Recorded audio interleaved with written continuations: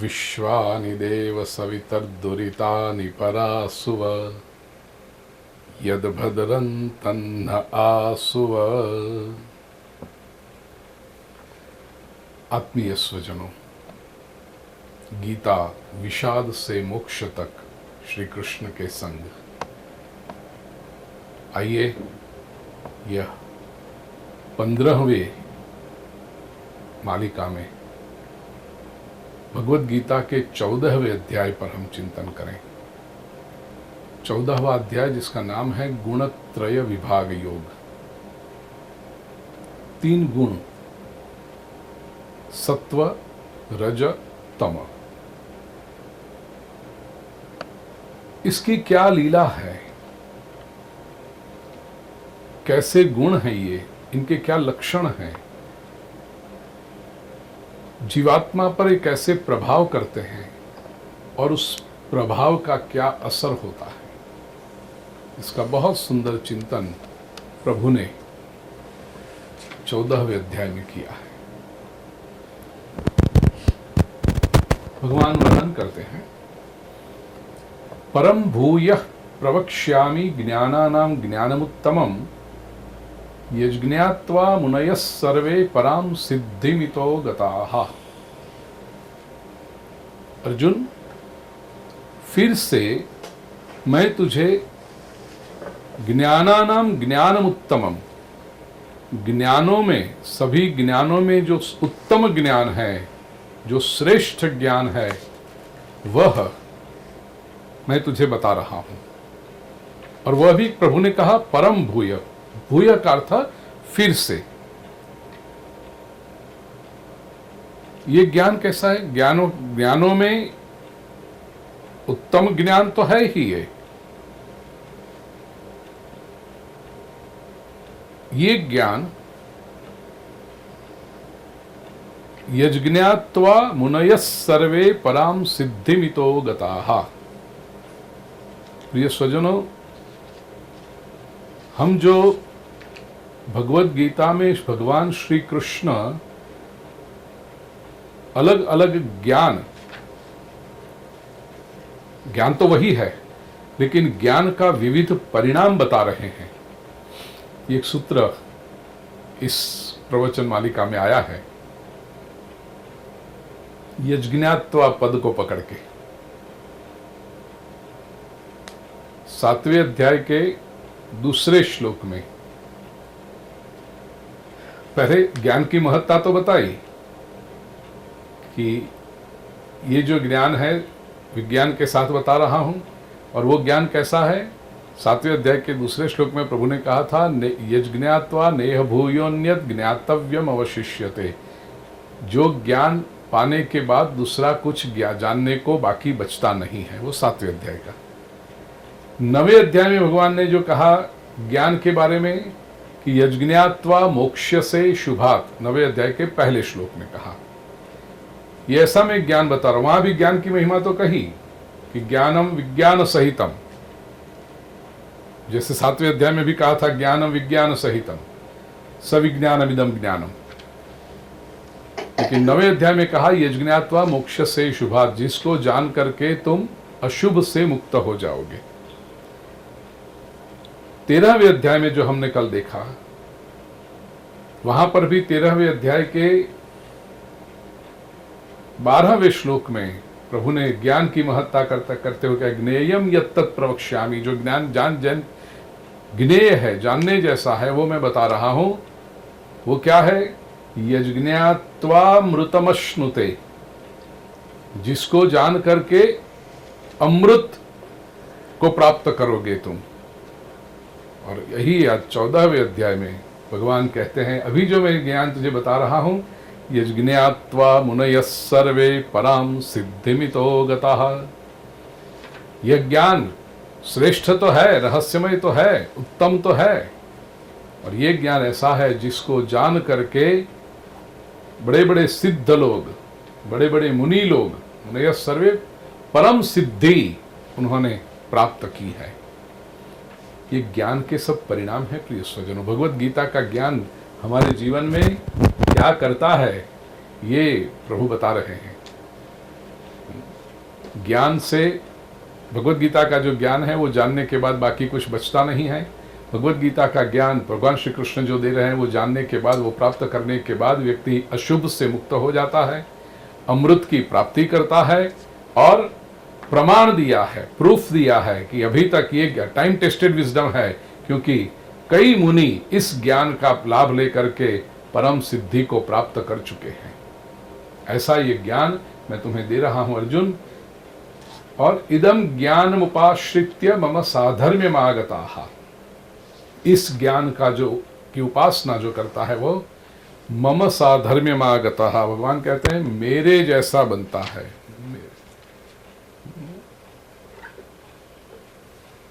साधर्म्य, भगवान जैसे लक्षण, भगवान जैसा कर्तव्य, भगवान जैसी स्थिति प्राप्त करना, ये ज्ञान का परिणाम है। और सर्गेपि नोपजायन्ते प्रलयेन व्यथन्ति च, जैसे भगवान है वैसा वो ज्ञानी भी बन जाता है, क्योंकि भगवान कोई सृष्टि के सर्जन के साथ उनका सर्जन होता नहीं है, वो तो सृष्टि से पहले है। तो सर्गेपि नोपजायन्ते, और प्रलय के साथ भगवान का अंत नहीं होता है।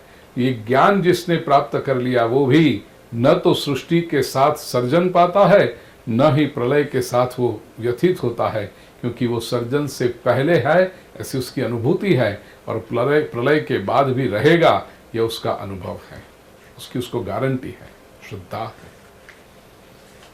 मम योनिर्महद् ब्रह्म तस्मिन् गर्भं दधाम्यहं संभवः सर्वभूतानां ततो भवति भारत। प्रकृति क्या है?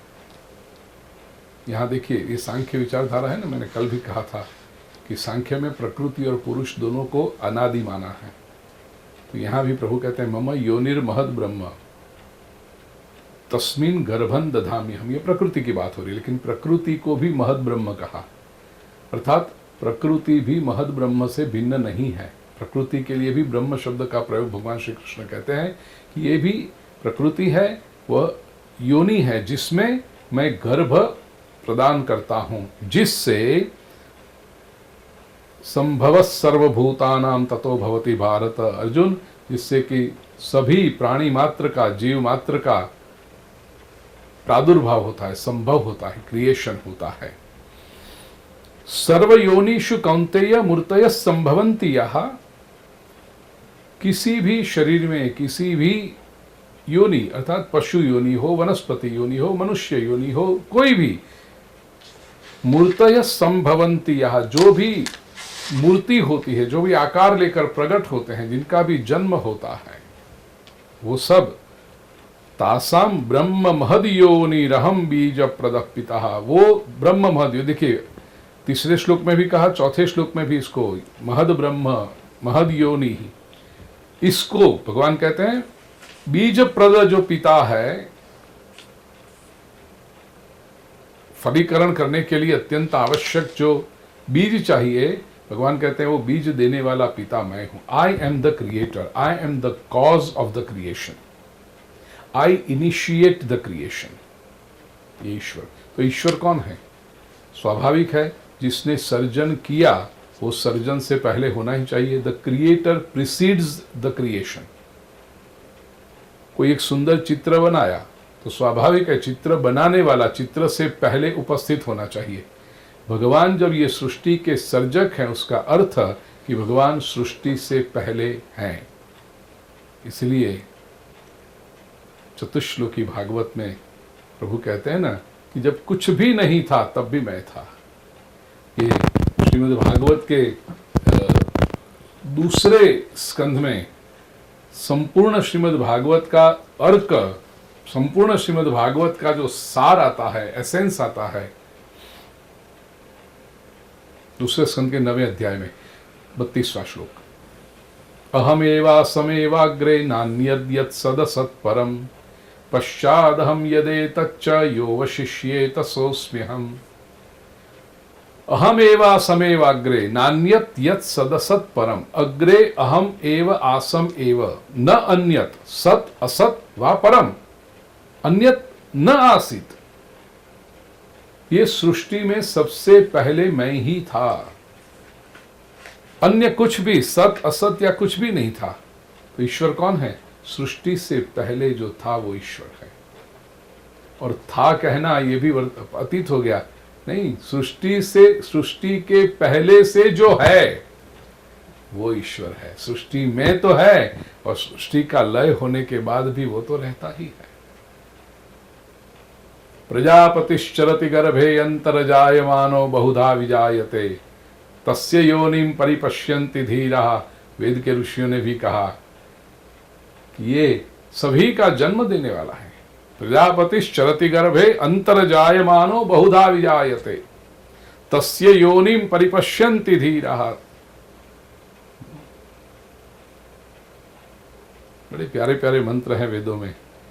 हजारों वर्षों पहले ऋषियों ने ये पूरे रहस्य को समझा था प्रिय स्वजनों, इसके साइंस को समझा था और उस साइंस को ब्यूटीफुल पोएटिकली सिंबॉलिज्म के साथ वेद की ऋचाओं में व्यक्त किया था। अद्भुत है हमारा अपना जो वैभव है ना भारतीय सनातन संस्कृति का, अद्भुत है। जानो तो पता चलेगा। सत्वम रजस्तम इति गुणा प्रकृति संभवः। 14वें अध्याय के 5वें श्लोक में प्रभु कहते हैं सत्व रज और तम, ये जो तीन गुण हैं वो प्रकृति से संभव होते हैं।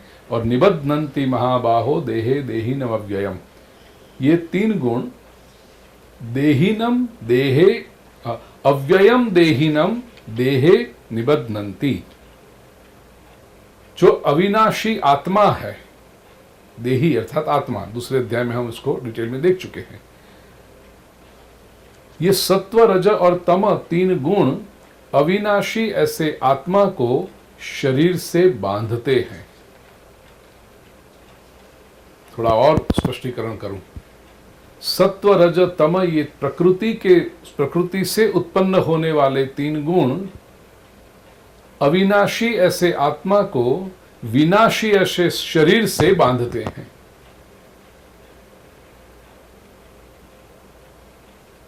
भागवत कथाओं में मैंने कई बार यह दृष्टांत दिया है। आपसे भी मैं प्रश्न पूछूं, मैं जानता हूं आप सभी विचक्षण हैं, क्लेवर हैं, आपको उत्तर आता ही है। पिंजड़े में पंछी बंद हो और भूल से कभी पिंजड़े का दरवाजा खुला रह जाए तो क्या होगा? सही उत्तर है आपका। आप तुरंत कहोगे पंछी बाहर निकल जाएगा। बिल्कुल सही। पिंजड़े का एक दरवाजा यदि कभी भूल से खुला रह गया तो पंछी पिंजड़े में से निकलकर चला जाता है, बाहर उड़ जाता है। ये शरीर रूपी पिंजड़े के 9 दरवाजे हमेशा खुले हैं। नवद्वारे पुरे देही। कौन से हैं ये 9 दरवाजे? अभी गिना दूं। 7 दरवाजे तो इतने में ही हैं। 2 आंखें, 2 कर्णरंध्र, 2 नासापुट, 1 मुख, 7 हो गए। और 2 दरवाजे शरीर के नीचे के हिस्से में, गुदा और उपस्थ। ये 9 दरवाजे हमेशा खुले हैं। फिर भी आत्मा रूपी पंछी ये पिंजड़ा छोड़ के जाता ही नहीं कहीं। उसको जाना अच्छा ही नहीं लगता। 95, 97 की उम्र भी हो जाए, मुट्ठी भर हड्डियां ही बचें, डॉक्टर भी अस्पताल से हाथ जोड़कर विदाई कर दे कि अब इनकी घर में रहकर जितनी सेवा हो सकती है करो, दवाई हो सब हो चुकी। ऐसे व्यक्ति सुबह 2 चम्मच जूस, दोपहर को 2 चम्मच दूध, शाम को 4 बजे 2 चम्मच नारियल का पानी, इतना ही जाता है शरीर में। फिर भी जब कोई संबंधी मिलने के लिए आए और आकर पूछे बाबूजी कैसे हो, तो बाबूजी एकदम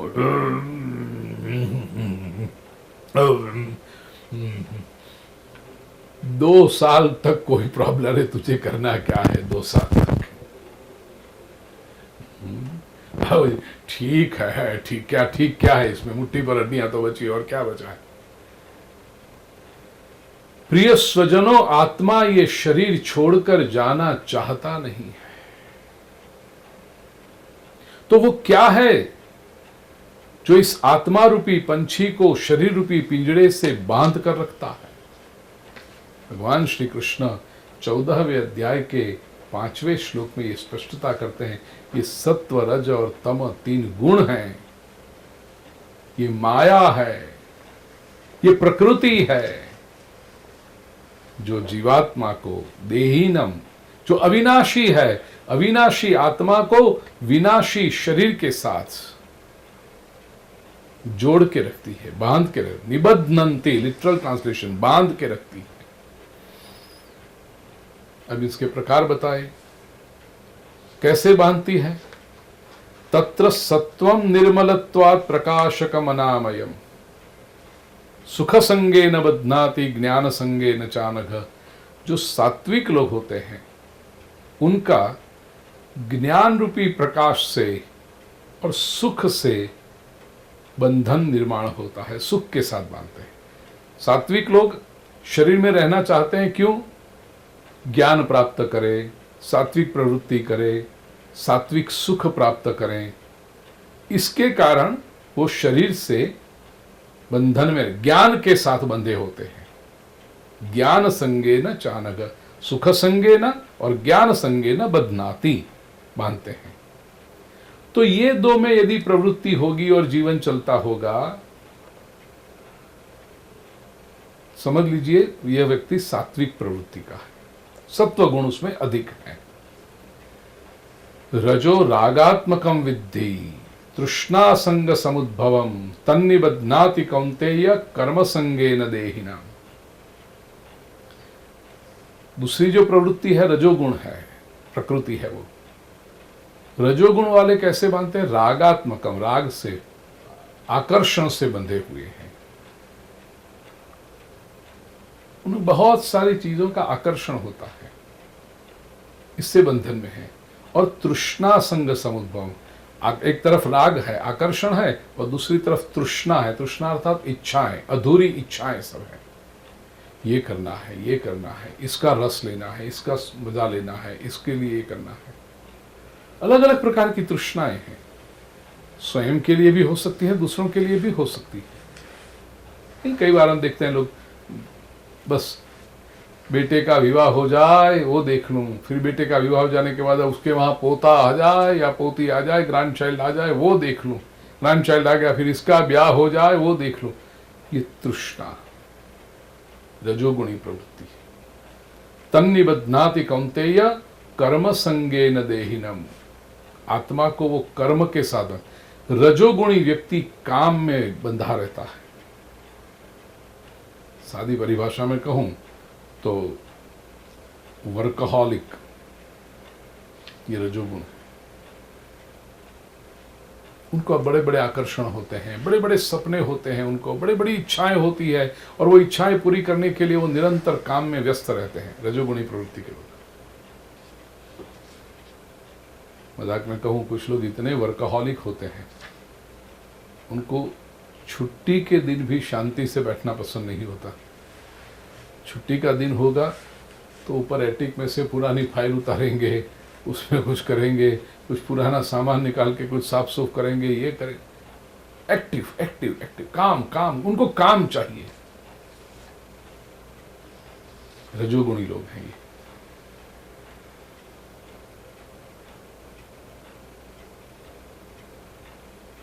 पहले ऐसा था, सूर्योदय हो तो दिन की प्रवृत्तियां शुरू होती थी, और सूर्यास्त होने पर, अंधेरा होने पर लोग सो जाते थे, क्योंकि अंधेरे में काम क्या करें, शरीर को भी तो आराम चाहिए।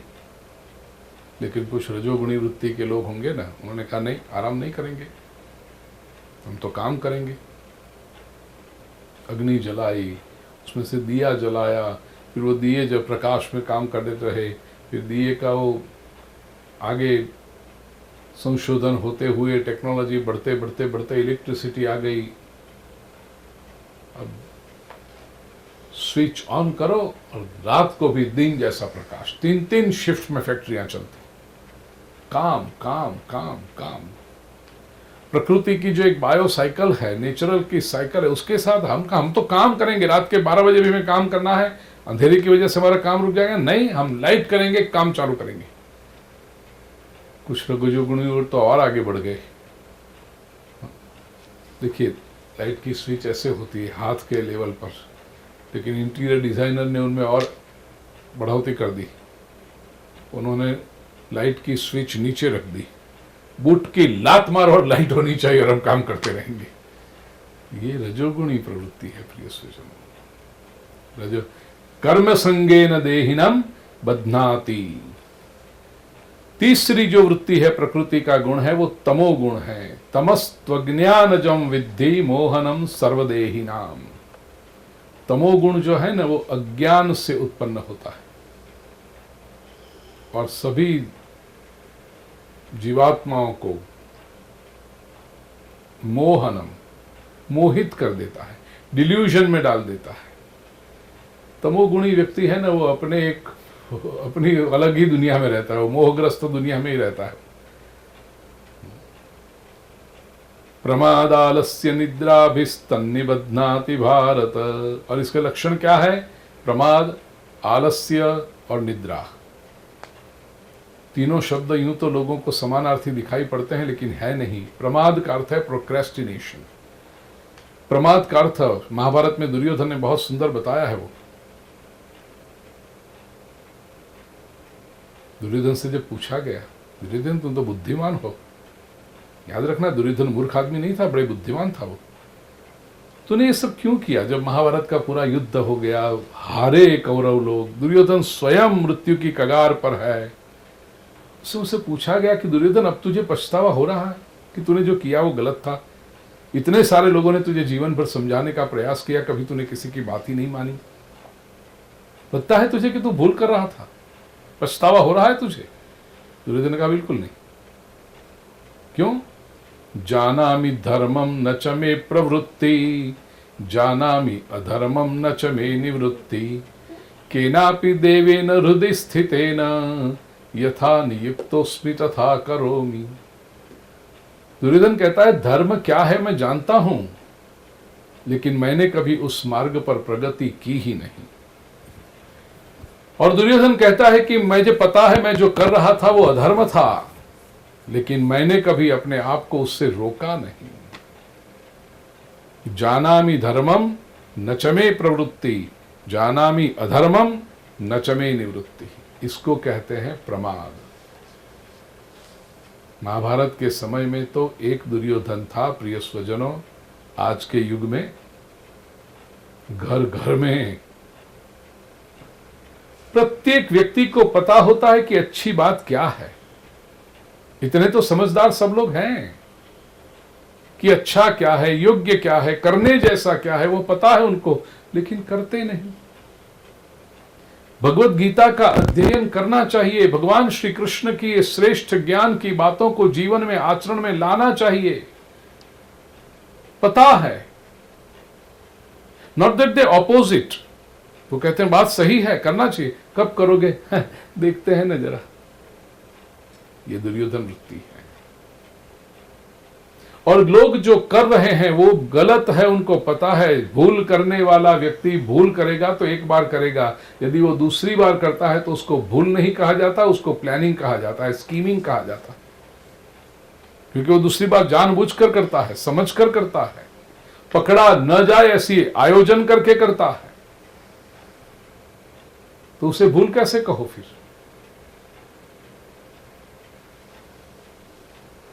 अपने आप को रोकता नहीं।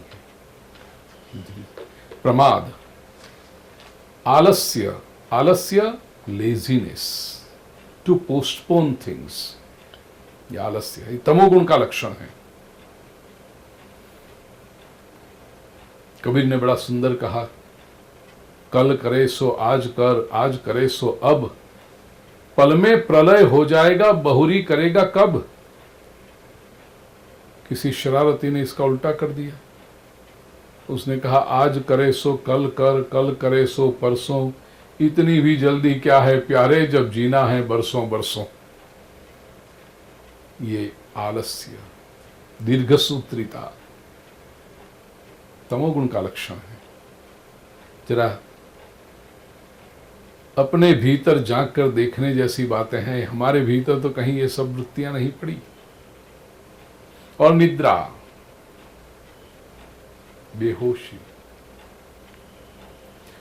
स्वास्थ्य के लिए आवश्यक है दिन में 7 घंटे 8 घंटे, वो आपका अधिकार है, करनी ही चाहिए निद्रा। लेकिन उससे अधिक जो है वो बीमारी, वो तमोगुण का लक्षण है। तो प्रमादालस्य निद्रा भी, स्लगिशनेस, निद्रा, लेजीनेस। कुछ लोगों को देखो कुछ भी करें ऐसे नींद नहीं होते, जैसे उत्साह ही नहीं होता उनको कहीं बाहर भी ले जाओ तो ऐसे घसीटे हुए जा रहे हैं। किसी के विवाह में भी जाएंगे तो ऐसे कंपल्सरी बैठे, जे कहाँ मुझे लाके बिठा दिया, अरे बेटा इसके लिए तो तू प्रार्थना कर जिसका विवाह हो रहा है। जहां भी देखो ऐसे कुरमुरे की बोरी की तरह, मानो नींद में ही चल रहे हैं। सब जगह जो भी हो रहा है नींद में ही हो रहा है। ये तमोगुण का लक्षण है। मनुष्य चैतन्यवान होना चाहिए, उत्साही होना चाहिए। तमोगुण इससे मानता है। सत्वम सुखे संजयति, रजः कर्मणि भारत। सत्वगुण कहां से उत्पन्न होता है? सुख में से। तो जहां पर भी आपको सुख की अनुभूति हो प्रिय स्वजनों, आपके भीतर सात्विकता का उदय हो रहा है। रजः कर्मणि भारत, व्यक्ति जब बहुत कर्म में जुटा है तो रजोगुण का उदय होता है। और ज्ञानमावृत्य तु तमः प्रमादे संजयत्युत, ज्ञान को ढक कर जो अज्ञान होता है, अंधेरा होता है, वहां पर तमोगुण प्रकट होता है। ये 3 गुण सभी में होते हैं प्रिय स्वजन। प्रश्न प्रमाण का है। कुछ लोगों में सत्वगुण अधिक होता है, रजोगुण तमोगुण कम होता है। कभी रजोगुण अधिक होता है, सत्व और तमो कम हो जाता है। कभी तमोगुण अधिक होता है, सत्व और रज कम हो जाता है। अच्छा, ये भी बदलते रहता है। इसलिए जैसे बड़ी संवेदना और सिंपैथी के साथ कहूं, जिनमें शुगर का प्रॉब्लम होता है, डायबिटीज के पेशेंट्स हैं, उनको शुगर मॉनिटर करनी पड़ती है ना। कभी शुगर बढ़ गई तो इंसुलिन की मात्रा बढ़ाओ, शुगर ठीक है तो इंसुलिन की मात्रा कम कर दो। ये जो मॉनिटरिंग करना पड़ता है, ऐसे सत्व रज तम गुणों का भी मॉनिटरिंग करना पड़ता है। भगवान ने बताया, देखिए क्या होता है। रजस्तमश्चाभिभूय सत्वम भवति भारत। रजोगुण और तमोगुण को दबा करके सत्वगुण का कभी प्रभाव दिखता है, तो कभी सत्वगुण और तमोगुण को दबा करके रजोगुण का प्रभाव दिखता है। कभी रजोगुण और सत्वगुण को दबा करके तमोगुण का प्रभाव दिखता है। तो हमें देखना है कि किस समय हमारे जीवन में कौन सा गुण प्रभावी हो रहा है। दिन में भी कई बार ये हो जाता है। ये ग्राफ आधुनिक लोग हैं ना, स्टैटिस्टिक्स में देखते हैं, वो 3 अलग अलग कलर के ग्राफ होते हैं।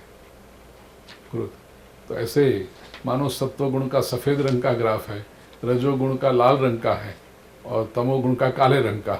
ऐसे 3 लाइन का ग्राफ बता देते रहो कि कौन सा पीक पर है, भी कौन सा गुण प्रभावी हो रहा है। ये मनुष्य अपना अभ्यास निरंतर करता रहे। सत्वगुण जब बढ़ा, पता कैसे चले कि अभी हमारे जीवन में कौन सा गुण प्रभावी है? तो बताया प्रभु ने 11, 12 और 13 ये 3 श्लोक में। सर्वद्वारेषु देहेस्मिन् प्रकाश उपजायते, शरीर के सभी दरवाजों से, सभी इंद्रियों से प्रकाश दिखाई पड़े। ज्ञानम यदा तदा विद्याद् विवृद्धम सत्वमित्युत, ज्ञान की वृद्धि हुई पता चले, दिखाई पड़े, तो समझ लो कि सत्वगुण बढ़ रहा है। तेजस्वी प्रकाश शरीर में से दिखाई पड़े, ये सात्विक व्यक्ति का लक्षण है प्रिय स्वजन। मैं हमेशा कहता हूं, ज्ञान का अर्थ केवल शब्दों को इकट्ठा करना ये मत समझना। ज्ञान जब अनुभव बने, ज्ञान के ऊपर जब आचरण किया जाए, तो उसका जो सत्वगुण प्रभावी होता है, उसका पहला व्यक्ति के चेहरे पर, व्यक्ति के पूरे अस्तित्व में प्रकाश आता है। गोरा होना एक बात है और चेहरे पर तेज होना वो दूसरी बात है। गोरे तो कई लोग होते हैं, लेकिन उनका चेहरा देखो तो छोड़ो, अब क्या कहें। और तेजस्वी होना व्यक्ति को पता चल जाता है, ये सात्विकता का लक्षण है। सात्विक गुण, सात्विक व्यक्ति जो होगा उसके जीवन में तेज होगा ही। रजोगुण जब प्रभावी हो तब लोभ प्रवृत्तिरारंभ कर्मणाम अशमस्पृहा रजस्येतानि जायन्ते विवृद्धे कुरु भरतर्षभ। जब रजोगुण प्रभावी होता है, या तो ऐसे गुण दिखाई पड़े कि लोभ है प्रवृत्ति लोगों में, व्यक्ति लोभी बन जाए, लोभ के कारण प्रवृत्ति का आरंभ करे, कर्म में जुटा रहे, फिर कर्म करता रहे लेकिन कर्मणाम अशमः, कर्म करते हुए भी उसको शांति ना हो। समझो कोई व्यक्ति कर्म कर रहा है तो कर्म की प्रसन्नता होनी चाहिए ना। हम भगवत गीता का अध्ययन कर रहे हैं तो उसमें आनंद आना चाहिए, वो नहीं आता। कर्म भी करे और अशांति भी। देखो कुछ लोग होते हैं काम भी करते जाएंगे, किचकिच भी करते जाएंगे। कई घरों में, मैं आपके घर की बात नहीं कर रहा हूं, आप तो बहुत अच्छे हैं, लेकिन कई घरों में ऐसा होता है, माता जी किचन में हैं तो रसोई भी करते जाएंगे, किचकिच भी करती जाएंगी।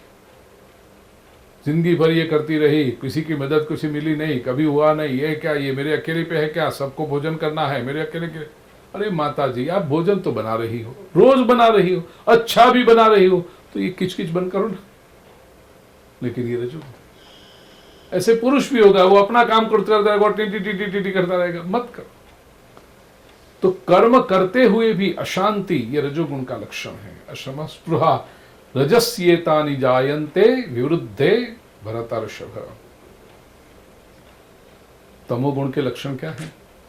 अप्रकाश प्रवृत्तिश्च प्रमादो मोह एव च।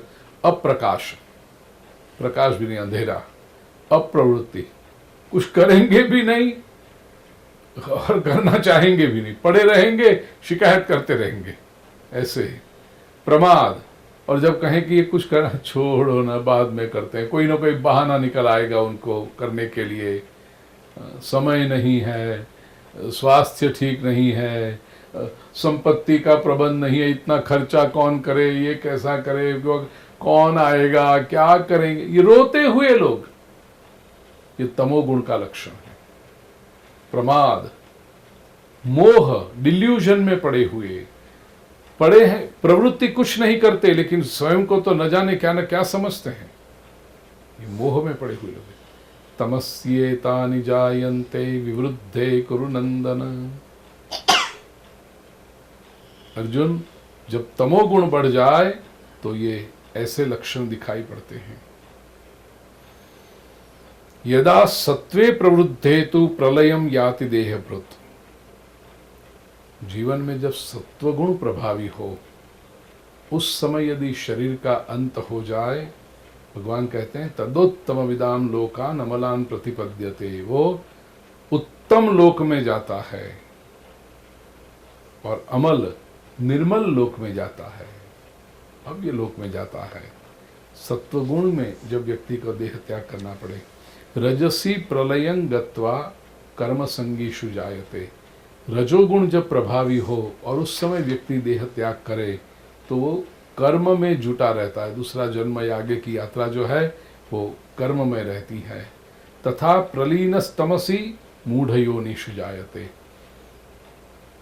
तमोगुण जब प्रभावी हो, उस समय शरीर त्याग करने की वेला आ जाए, समय आ जाए, तो व्यक्ति मूढ़ योनि में जाता है। पशु योनि, वनस्पति योनि, इन सबको मूढ़ योनि कहा है, उसमें जाता है। तो प्रिय स्वजन, याद रखना, कम से कम जीवन की अंतिम क्षण में, याद है ना 8वें अध्याय में भी प्रभु ने कहा था, तस्मात् सर्वेषु कालेषु माम अनुस्मर युध्य च। यदि आगे की जीवन यात्रा, मृत्यु के बाद के जो जन्म है वो सुधारना चाहते हो तो मृत्यु सुधरनी चाहिए, और मृत्यु को यदि सुधारना है तो जीवन भर उसका अभ्यास करना चाहिए। जीवन भर सत्वगुण में रहोगे तो अंतिम क्षण सत्वगुण में बीतेगी, अंतिम सत्वगुण में बीतेगी तो आगे का जीवन ऐसा होगा। जीवन भर तमोगुण में ही रहे तो अंतिम क्षण में मूढ़ता ही आएगी, और अंतिम क्षण में ये आई तो मूढ़ योनि में ही जाना पड़ेगा। जीवन भर जो किया है वही अंतिम क्षण में आता है, याद रखना। कर्मण सुकृतस्याहु सात्विकम निर्मलम फलम। जो निरंतर अच्छे कर्म करते रहते हैं वो उनका सात्विक लोगों का फल जो है वो निर्मल माना गया है। सात्विकता, सत्कर्म, ये सत्व गुण का फल है, निर्मल फल है। रजसस्तु फलम दुखम। रजोगुण में व्यक्त रहने वाले व्यक्ति का जो फल है वो दुख है। रजोगुणी दुखी ही होता है। रजोगुणी जब काम करता है तो उसको लगता है कि मैं बहुत मेहनत कर रहा हूं, बहुत काम कर रहा हूं, बहुत व्यस्त रह रहा हूं। लेकिन ये प्रवृत्ति यदि रजोगुण से की होगी तो अल्टीमेटली वो व्यक्ति दुखी ही होता है। इसलिए देखो, संसार में कई लोग काम बहुत की, मेहनत बहुत की, लेकिन अंत में दुख पाया। क्यों? क्योंकि जो प्रवृत्ति की वो रजोगुण से की थी। प्रिय सज्जनों, समय बहुत कम है, नहीं तो मैं भक्ति भी सत्वगुण से हो सकती है, भक्ति भी रजोगुण से हो सकती है, भक्ति भी तमोगुण से हो सकती है। अब यहां पर आपने देखा कि ज्ञान है वो सत्वगुण की प्रवृत्ति है, लेकिन याद रखना, सूक्ष्म से सोचोगे तो ज्ञान भी कुछ लोगों के लिए कर्म बन जाता है, और कर्म रजोगुण का लक्षण है। तो कहेंगे हमने तो बहुत पुस्तकें पढ़ी, हमने तो पूरी लाइब्रेरी खंगाल ली हमारी कम्युनिटी में जाकर के, हमने इतना कुछ किया, हमने इतने सत्संग सुने, ज्ञान इतना पाया। क्यों सुने? क्या ज्ञान तुम्हारे लिए कर्म की प्रवृत्ति थी, समय गुजारने की प्रवृत्ति थी? अच्छा किया आपने। दूसरे लोग बुरे कर्मों में समय गुजारते हैं, आपने अच्छे कर्मों में ज्ञान पढ़ते हुए, लेकिन ज्ञान प्राप्त करना वो यदि आपकी एक कर्म बन गया, वो यदि आपके लिए एक प्रवृत्ति बन गई, तो सत्वगुण नहीं कहलाएगा, वो रजोगुण कहलाएगा। बिकॉज बात ज्ञान की कर रहे हो, लेकिन मूल हेतु जो है वो समय पसार प्रवृत्ति के लिए है। वो ये प्रवृत्ति करना, फिर मैंने बार बार कहा है, याद रखना, ज्ञान अनुभव है, ज्ञान आचरण है। शब्दों को इकट्ठा करना ये प्रवृत्ति है, वो रजोगुणी कहलाएगा। रजोगुणी व्यक्ति दुख पाएगा। इसलिए गुजराती में तो कहा जाता है, बहु भणेलो बहु दुखी था। जिसने बहुत ज्ञान प्राप्त किया है वो ज्यादा कंफ्यूजन में जाता है, वो ज्यादा दुखी होता है। क्यों? क्योंकि ज्ञान उसके लिए सात्विक प्रवृत्ति न रही, ज्ञान उसके लिए राजसी प्रवृत्ति बन गई। और रजोगुण का तो परिणाम है दुख। रजसस्तु फलम दुखम, और अज्ञानं तमसः फलम। तमोगुण का फल है अज्ञान। सत्वात् संजायते ज्ञानम रजसो लोभ एव च। उत्पन्न क्या होता है? सात्विक व्यक्ति के जीवन में ज्ञान सहजता से उत्पन्न होता है। सात्विक व्यक्ति के लिए ज्ञान उत्स्फूर्तता है, स्पॉन्टेनिटी है। सात्विक व्यक्ति को बहुत पढ़ने की आवश्यकता नहीं होती। हाँ, वो पढ़ेंगे, उसको पढ़ने का शौक होगा भी, लेकिन पढ़ना उसके लिए केवल एक स्टिम्युलस होगा। वो पुस्तक के 2 पन्ने भी पढ़ेगा, फिर अपने चिंतन में इतना मग्न हो जाएगा, और वो चिंतन में से उसको जो प्रेरणा मिलेगी, प्रभु की कृपा बरसेगी, वो ज्ञान अनूठा होता है। केवल पुस्तक पढ़ते पढ़ते वो रजोगुणी प्रवृत्ति होगी, ज्ञान प्राप्त करने के, लेकिन रजोगुणी प्रवृत्ति है। तो सत्वगुण का परिणाम है ज्ञान। रजसो लोभ है, रजोगुण से लोभ उत्पन्न होता है, और तमोगुण से प्रमाद मोह तमसो भवतो ज्ञानमेव च। प्रमाद, मोह और अज्ञान ये तमोगुण से उत्पन्न होते हैं। स्थिति बहुत स्वाभाविक है प्रिय सज्जन, हम सब बिल्कुल समझ सकते हैं। और भगवान श्री कृष्ण बताते हैं, ऊर्ध्वम गच्छन्ति सत्वस्था। जो सात्विक है वो ऊपर होते हैं सबसे। मध्ये तिष्ठन्ति राजसः। रजोगुणी लोग हैं वो बीच में होते हैं। और जघन्य गुणवृत्तिस्था अधो गच्छन्ति तामसा। जो जघन्य नीच वृत्ति वाले हैं तमोगुणी, वो तो अधो गच्छन्ति, उनकी अधोगति होती। इनका अधःपतन होता है। नान्यम गुणेभ्यः कर्तारम यदा दृष्टानुपश्यति गुणेभ्यश्च परम वेत्ति मद्भावम सोऽधिगच्छति।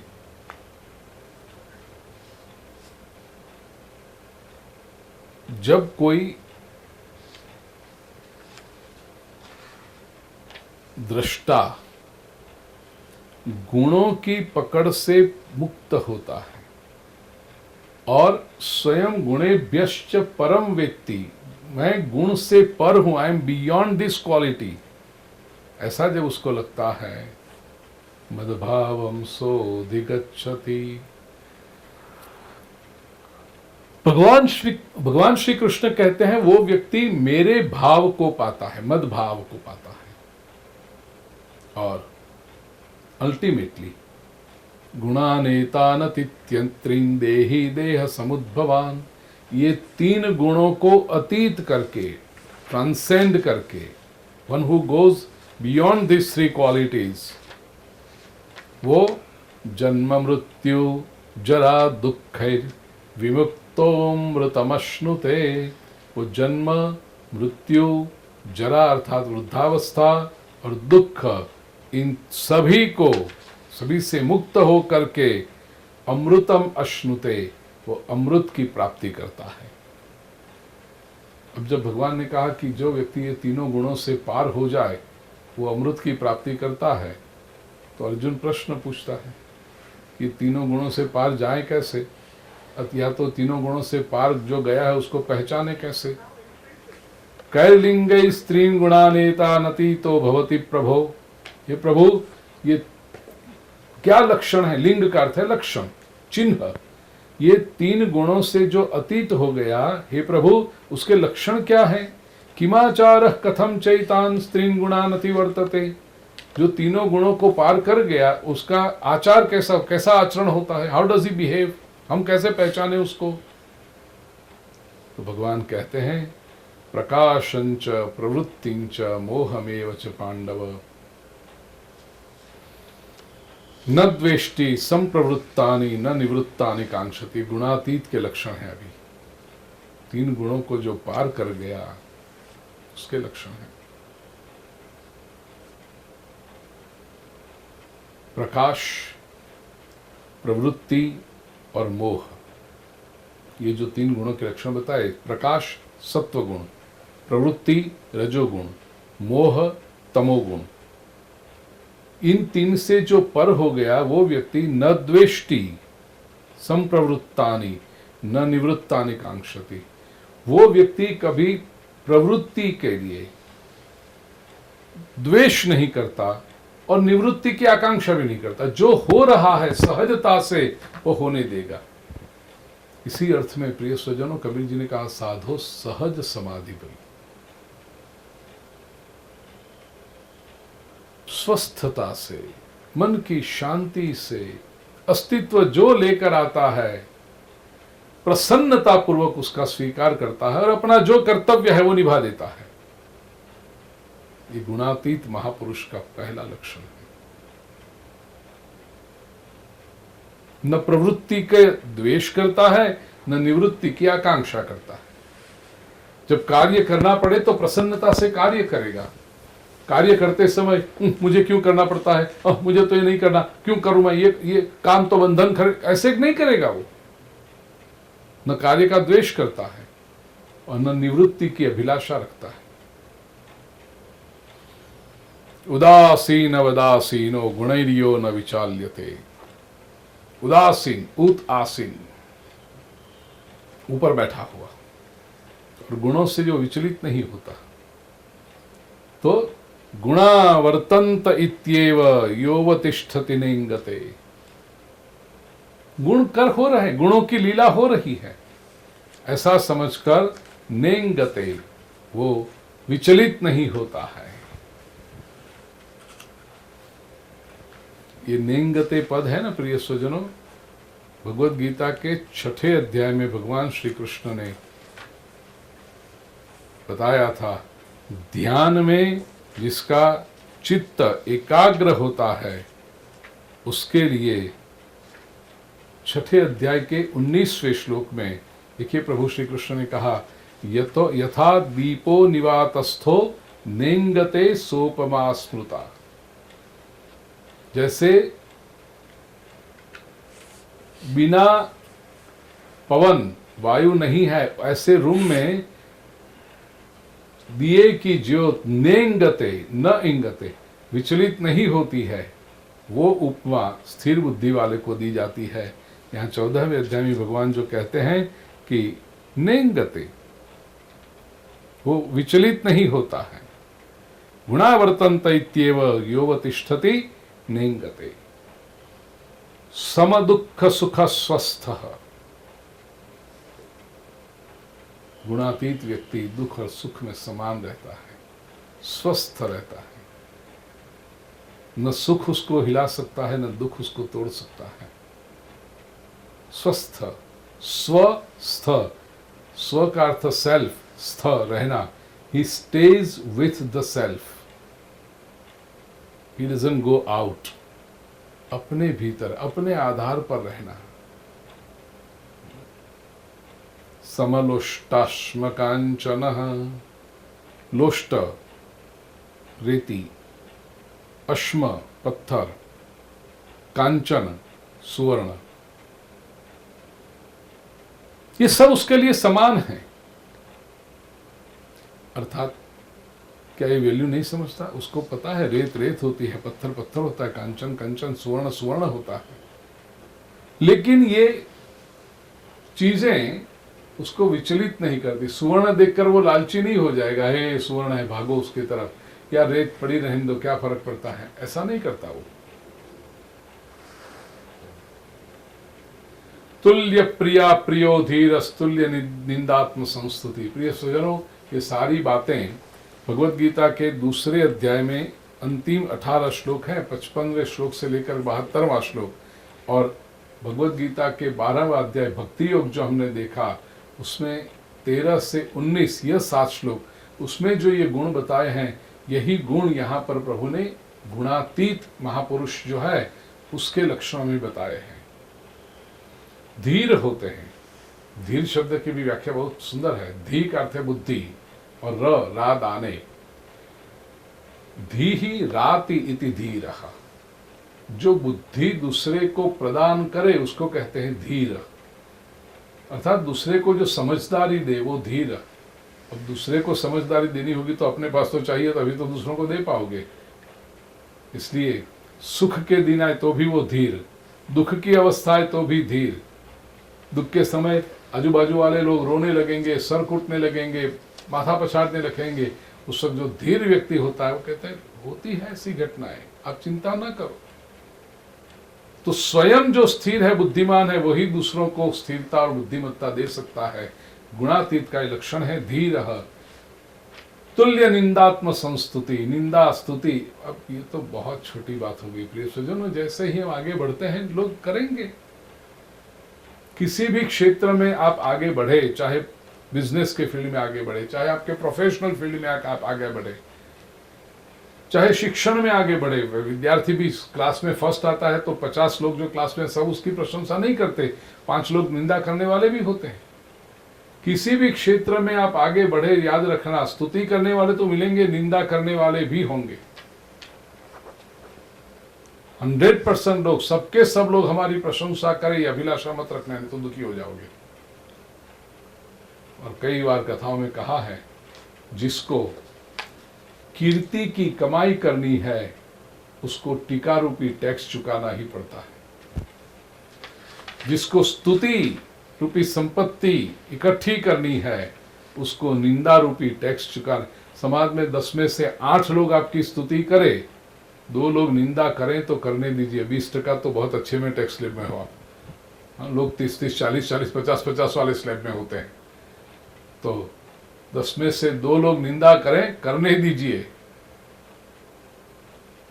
हाथी जब चला जाए तो पीछे कुत्ते भौंकते रहते हैं। वो कुत्तों के भौंकने की आवाज सुनकर के हाथी अपनी दिशा नहीं बदलता।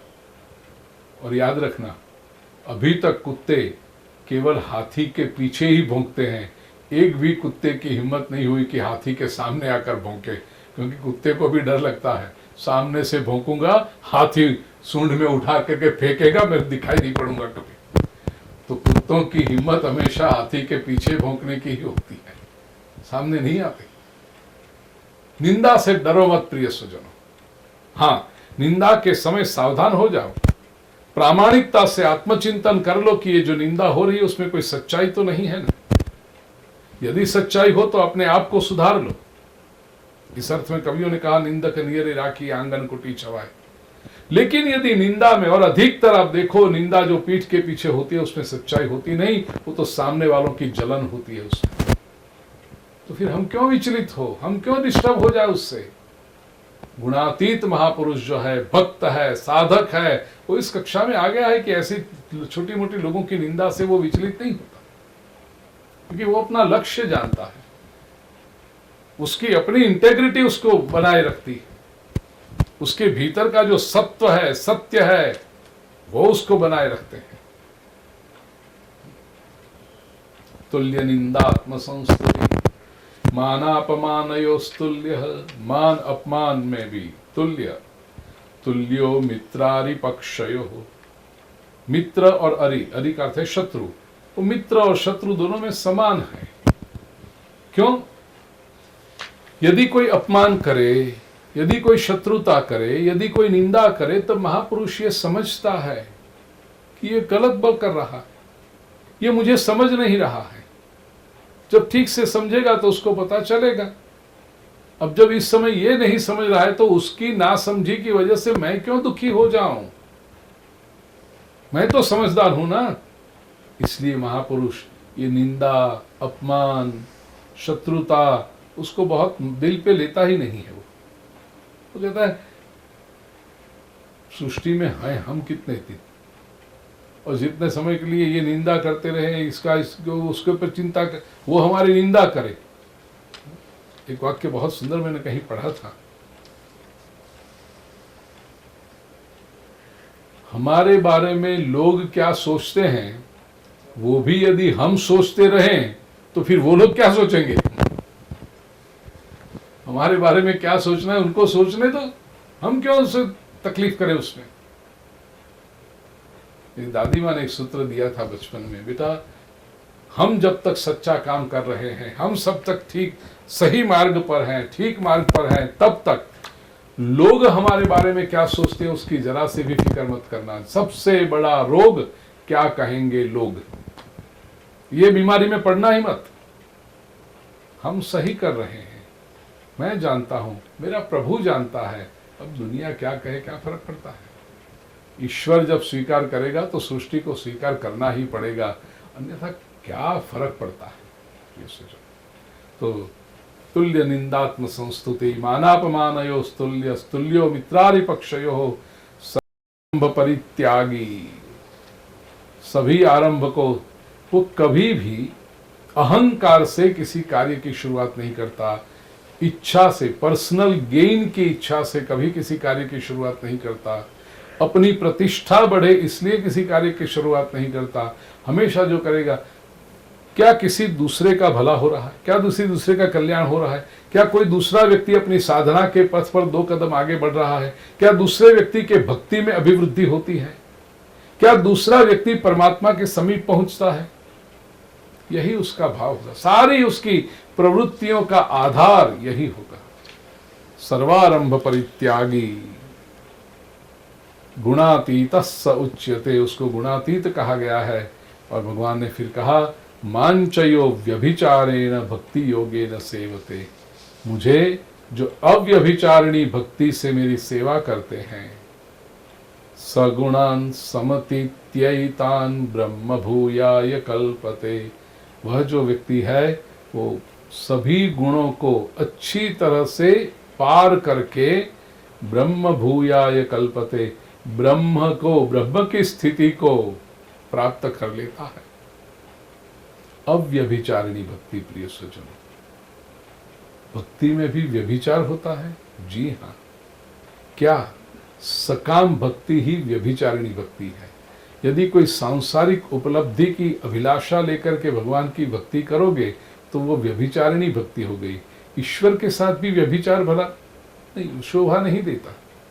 भक्ति अव्यभिचारिणी होनी चाहिए। प्रभु मुझे तेरा होने में आनंद आता है, बस जितना समय तेरे संग बीतता है वही लगता है कि अच्छा समय बीता है, इसलिए मैं तेरी भक्ति कर रहा हूं प्रभु। संसार की कोई वस्तु चाहिए तो मैं अपने पुरुषार्थ से पालूंगा। तूने मुझे शक्ति दी है, तूने मुझे बुद्धि दी है प्रभु, अब वस्तु भी तेरे पास से मांगू। तेरी दी हुई बुद्धि शक्ति पराक्रम से मैं संसार की वस्तु तो प्राप्त कर लूंगा।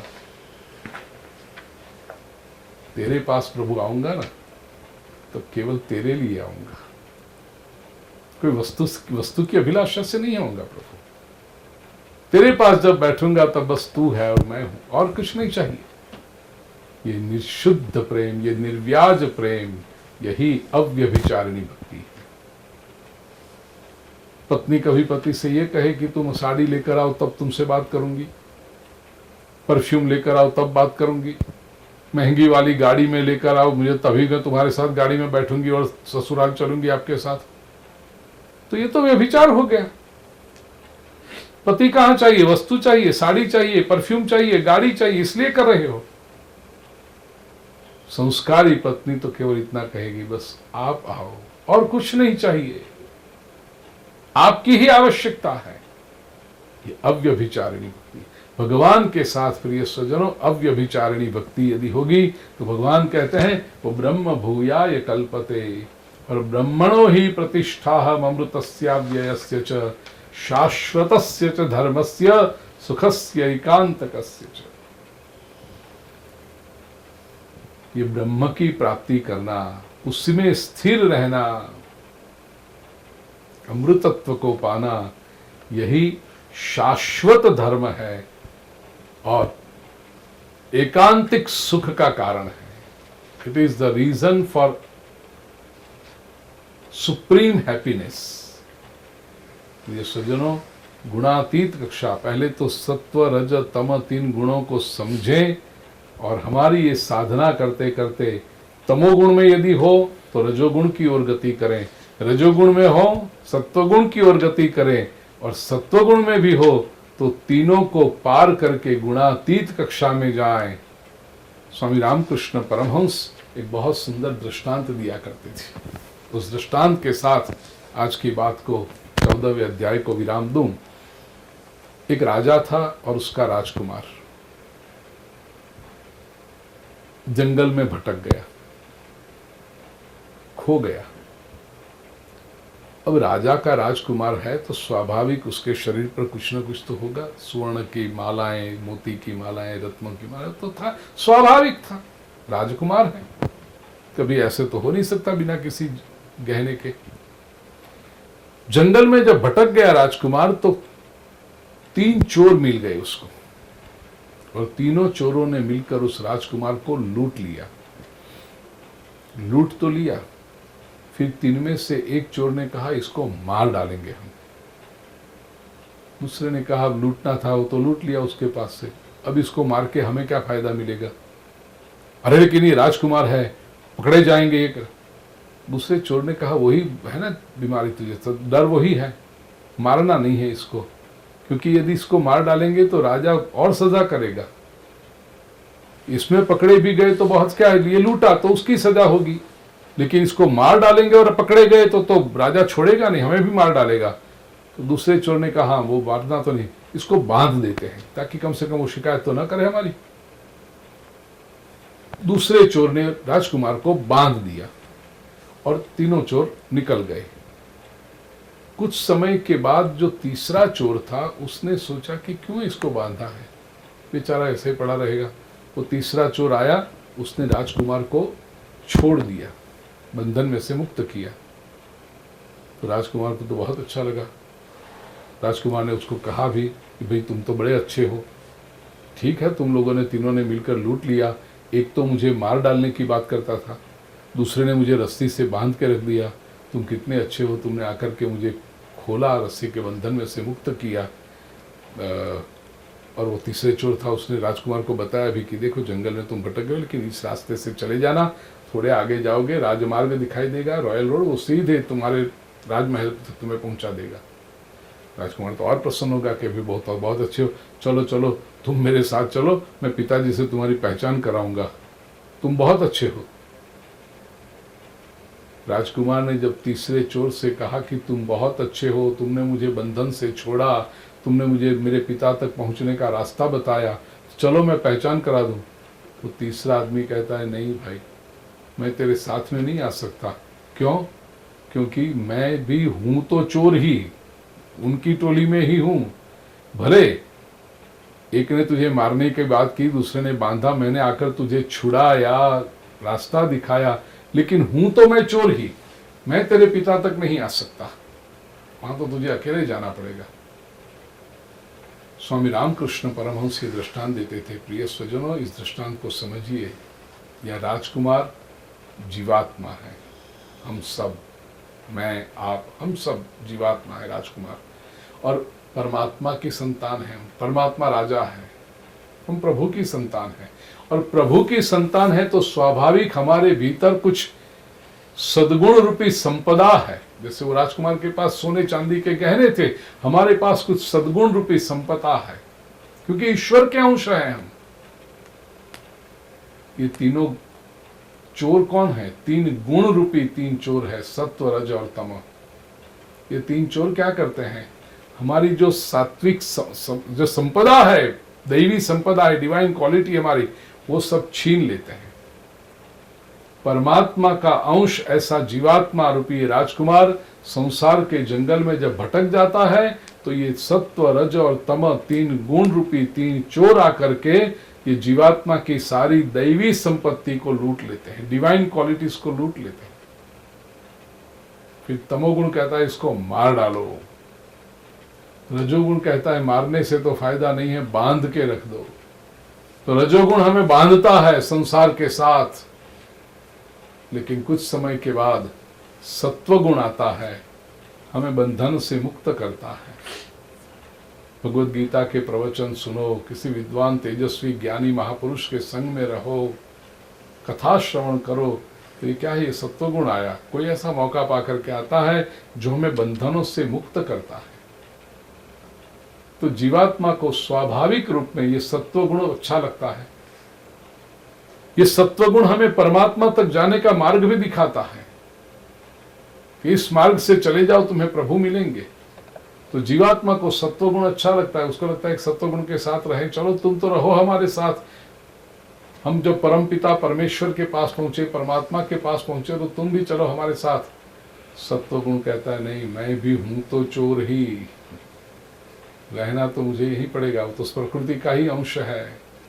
दूसरे शब्दों में कहें, तमोगुण यदि लोहे का बंधन है, लोहे की जंजीर है, रजोगुण चांदी की जंजीर है, सत्वगुण सुवर्ण की जंजीर है, जिसको मुक्त होना है उसको सुवर्ण की जंजीर भी छोड़नी पड़ेगी। या कुछ महापुरुष कहते हैं कि तमोगुण ये लोहे का पिंजड़ा है, रजोगुण ये चांदी का पिंजड़ा है, सत्वगुण ये सुवर्ण का पिंजड़ा है। जिस पक्षी को मुक्त गगन में विहार करना है, उसके लिए पिंजरा तो पिंजरा है, सुवर्ण का पिंजरा तो क्या बहुत अच्छा हो गया? बंधन तो वो ही करता है। सत्वगुण भी बंधन तो करता ही है। प्रिय स्वजनों, तीनों गुणों से पार जो हो वही सुखस्य एकांतिकस्य च, एकांतिक सुख का आनंद लेता है, परमात्मा की अनुभूति करता है।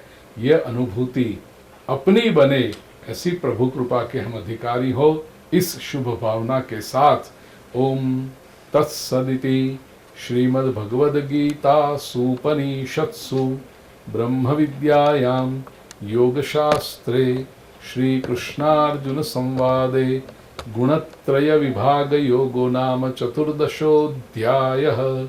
श्रीकृष्णार्पणमस्तु।